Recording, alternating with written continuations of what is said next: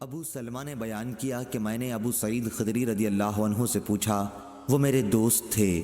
انہوں نے جواب دیا کہ ہم نبی کریم صلی اللہ علیہ وسلم کے ساتھ رمضان کے دوسرے عشرے میں اعتکاف میں بیٹھے۔ پھر 20 تاریخ کی صبح کو حضرت صلی اللہ علیہ وسلم اعتکاف سے نکلے اور ہمیں خطبہ دیا۔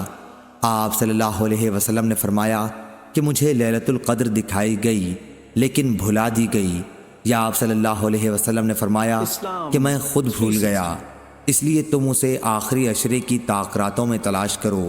میں نے یہ بھی دیکھا ہے کہ خواب میں کہ گویا میں کیچڑ میں سجدہ کر رہا ہوں، اس لیے جس نے میرے ساتھ اعتکاف کیا ہو وہ پھر لوٹ آئے اور اعتکاف میں بیٹھے۔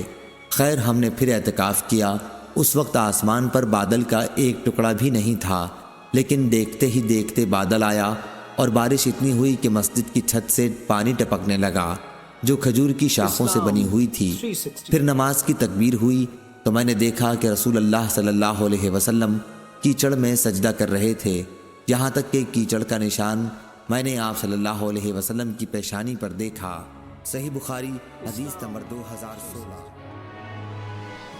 ابو سہیل نے بیان کیا، ان سے ان کے باپ مالک بن ابی عامر نے اور ان سے عائشہ رضی اللہ عنہا نے کہ رسول اللہ صلی اللہ علیہ وسلم نے فرمایا، شب قدر کو رمضان کے آخری عشرے کی طاق راتوں میں ڈھونڈو۔